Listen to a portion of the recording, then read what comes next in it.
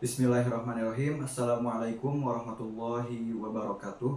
Perkenalkan, nama saya Irsyad Maulana Rashid dari Prodi Manajemen Dakwah kelas 2C dengan nomor NIM 12440301114 dan dibuatnya video ini bertujuan untuk memenuhi tugas UAS dari mata kuliah Ilmu Komunikasi dengan dosen pengampu Dr. Cecep Suryana. Baik, langsung saja ke materi. Soal yang pertama, ilmu komunikasi pada awalnya berasal dari retorika. Retorika terkenal pada zaman Socrates. Jadi pada awalnya ilmu komunikasi ini berkembang atau bermula dari yang namanya seni berbicara atau biasa kita sebut retorika.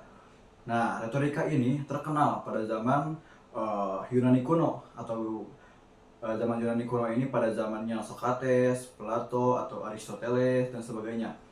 Nah, retorika ini memiliki definisi yaitu seni berbicara atau retorika atau seni berbicara untuk bisa memengaruhi atau meyakinkan seseorang atau meyakinkan orang lain. Nah, dengan retorika ini kita bisa meyakinkan atau mempengaruhi orang lain. Nah, seperti itu.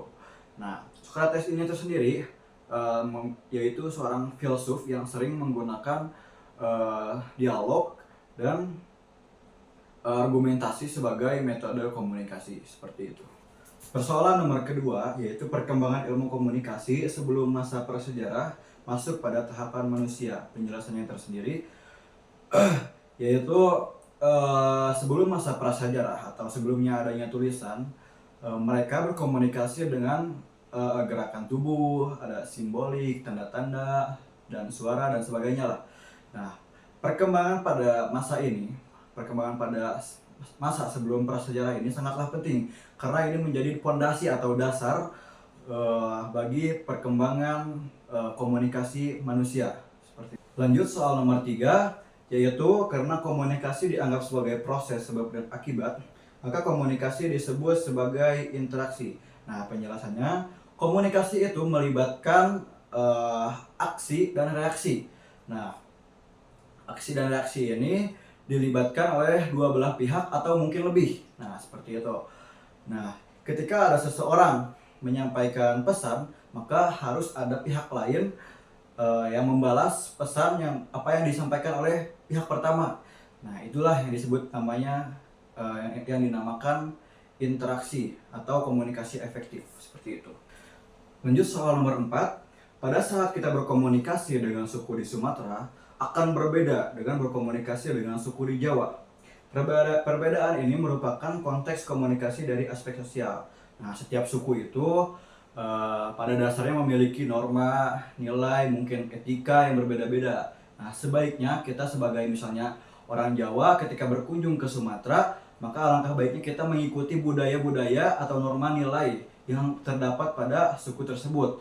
Nah, seperti itu. Maka janganlah kita saling menjudge atau menyalahkan apa yang dilakukan suku mereka, budaya mereka, norma nilai mereka dengan kebiasaan kita sehari-hari selaku misalnya budaya Sunda, seperti itu.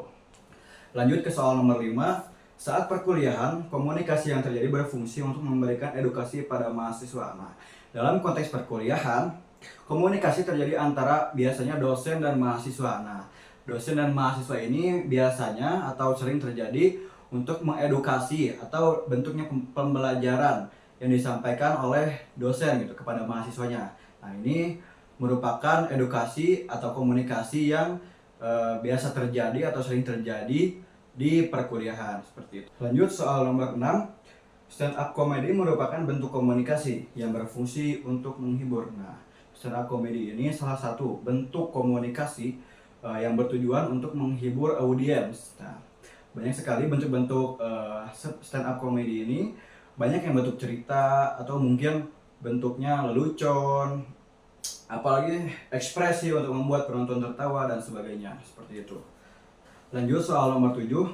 Para bahasa terkait pada bagaimana kita mengucapkan, bukan pada kata yang diucapkan. Penjelasannya, para bahasa atau para language adalah aspek komunikasi yang berkaitan dengan cara kita mengucapkan kata-kata, seperti intonasi, volume suara, kecepatan bicara, dan penekanan pada bahasa memberi makna tambahan pada pesan yang disampaikan, bukan pada kata-kata itu tersendiri.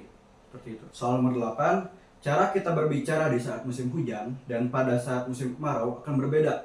Hal ini dikarenakan konteks komunikasi kita berdasarkan aspek fisik. Nah, konteks fisik dalam komunikasi adalah situasi atau kondisi lingkungan sekitar yang mempengaruhi cara kita berkomunikasi. Misalnya saat cuaca hujan, kita akan membicarakan suasana yang dingin, atau mungkin berbicara tentang banjir dan sebagainya. Sebaliknya, ketika kita sedang cuacanya sedang kemarau atau musim panas, nah, topik pembicaraan bisa berbeda. Lingkungan fisik mempengaruhi isi dan cara berkomunikasi. Seperti itu. Soal nomor 9, lambang pada dasarnya tidak mempunyai makna. Kitalah yang memberi makna pada lambang. Maka komunikasi pada prinsip ini termasuk pada suatu proses simbolik. Nah, dalam komunikasi, lambang itu dulunya tidak memiliki makna atau tidak memiliki makna, tetapi manusia sendiri yang memberi makna. Nah, proses memberi makna inilah yang disebut dengan simbolik. Seperti itu. Soal nomor yang terakhir atau nomor 10, tidak berarti bahwa semua perilaku adalah komunikasi. Namun, komunikasi terjadi bila seseorang memberi makna pada perilaku orang lain atau perilakunya sendiri. Penjelasannya, tidak semua perilaku bisa disebut komunikasi. Suatu perilaku baru menjadi komunikasi jika ada pihak yang memberi makna pada perilaku tersebut. Misalnya, seseorang tersenyum. Itu baru menjadi komunikasi ketika semua orang atau orang lain menafsirkan bahwa tersenyum itu merupakan menunjukkan sifat keramahan atau persetujuan. Seperti itu. Mungkin cukup sekian dari saya. Mohon maaf atas segala kekurangan atau kesalahan. Billahi taufiq wal hidayah. Wassalamualaikum warahmatullahi wabarakatuh.